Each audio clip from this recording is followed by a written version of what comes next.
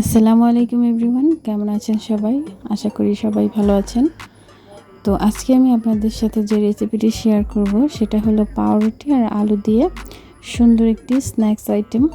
অনেক মজাদার যে স্ন্যাক্স আইটেম, এটা আপনারা সকালে অথবা বাচ্চাদের টিফিনে অথবা সন্ধ্যার নাস্তায় আপনারা এটা পরিবেশন করতে পারবেন। তো চলুন দেখে নেওয়া যাক কীভাবে এই রেসিপিটি আমি তৈরি করি। এর জন্য আমি এখানে পাউরুটি নিয়েছি। পাউরুটিটা আমি পানিতে ভিজিয়ে চিপে নিচ্ছি, পানিটা পুরো ঝরিয়ে নিচ্ছি। আর এখানে আমি আলু সিদ্ধ করে রেখেছি, আর পেঁয়াজ কেটে নিয়েছি কুচি করে, কাঁচামরিচ আর একটু বোম্বাই মরিচ দিয়েছি, যেহেতু এটা আমরা বড়রা খাবো, তাই যাদের বাচ্চারা খাবে তারা এই মরিচটা স্কিপ করতে পারেন। তো তারপরে এখানে আমি 3 পিস রুটি আমি এখানে ইউজ করব। তো এর জন্য আমি 3 পিস রুটি ভালোভাবে পানি ঝরিয়ে নিলাম। তো পানিটা এখন আমি ফেলে দিয়ে এখানে আমি এখন আলুটা নিয়ে নিচ্ছি। আলুটা এখন আমি ম্যাশড করে নেব। তো এই তো আলুটা ম্যাশড করে নেওয়ার পরে আমি এখানে পেঁয়াজ কুচি আর যে মরিচের কুচি করে রেখেছিলাম সেটা দিয়ে দিচ্ছি। পেঁয়াজটা আমি একটু হাত দিয়ে ভালোভাবে ভেঙে নিচ্ছি। তো তারপরে আমি এখানে পাউরুটিগুলো যে নিয়েছিলাম সেগুলো দিয়ে দেব।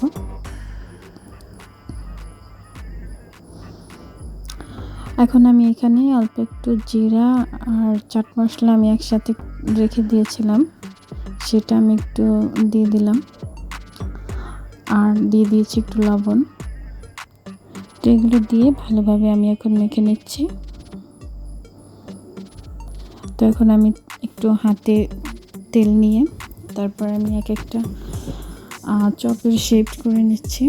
যে স্ন্যাক্সটা আমি তৈরি করব সেটা আমি একটু লম্বাটে শেপ করে নিচ্ছি। তো এভাবে আমি এক এক করে সবগুলো স্ন্যাক্স তৈরি করে নেব।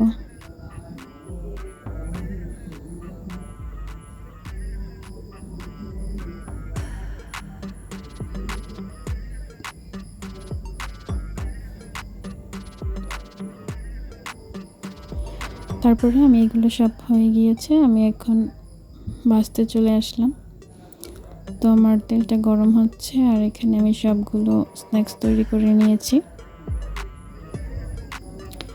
এখন তেল গরম হয়ে গিয়েছে, আমি এখন এক এক করে সবগুলো আলু আর রুটি দিয়ে যে আমি গোল গোল শেপ করে লম্বাটে শেপ করে যে আমি স্ন্যাক্সগুলো তৈরি করে নিয়েছি সেগুলো আমি এখন ডুবো তেলে ভেজে নেব।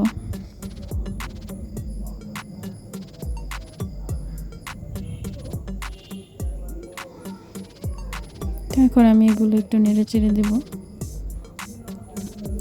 একটু উল্টে পাল্টে দেব। কালারটা এখন ব্রাউন হয়ে আসলে তারপরে আমি এটা নামিয়ে নেব। একটু ঘুরিয়ে ঘুরিয়ে নেড়ে চেড়ে আমি এগুলো ভেজে নেব।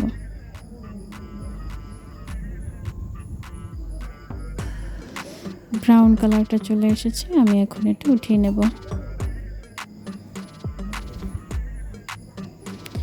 তো ফুলকো ফুলকো যে স্ন্যাক্সগুলো আমি তৈরি করেছি, ফার্স্ট ব্যাচে আমার ভাজা শেষ, আমি এখন সেকেন্ড ব্যাচে আলুর যে স্ন্যাক্সটা তৈরি করেছি সেটা দিয়ে দিলাম।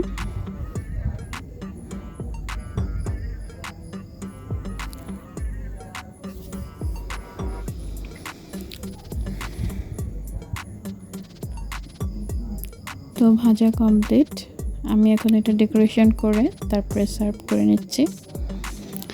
এই তো আমার গরম গরম আলু আর পাউরুটির স্ন্যাক্স, এটা আমি এখন খেয়ে টেস্ট করে দেখব কেমন হয়েছে, আপনাদের সাথে শেয়ার করব।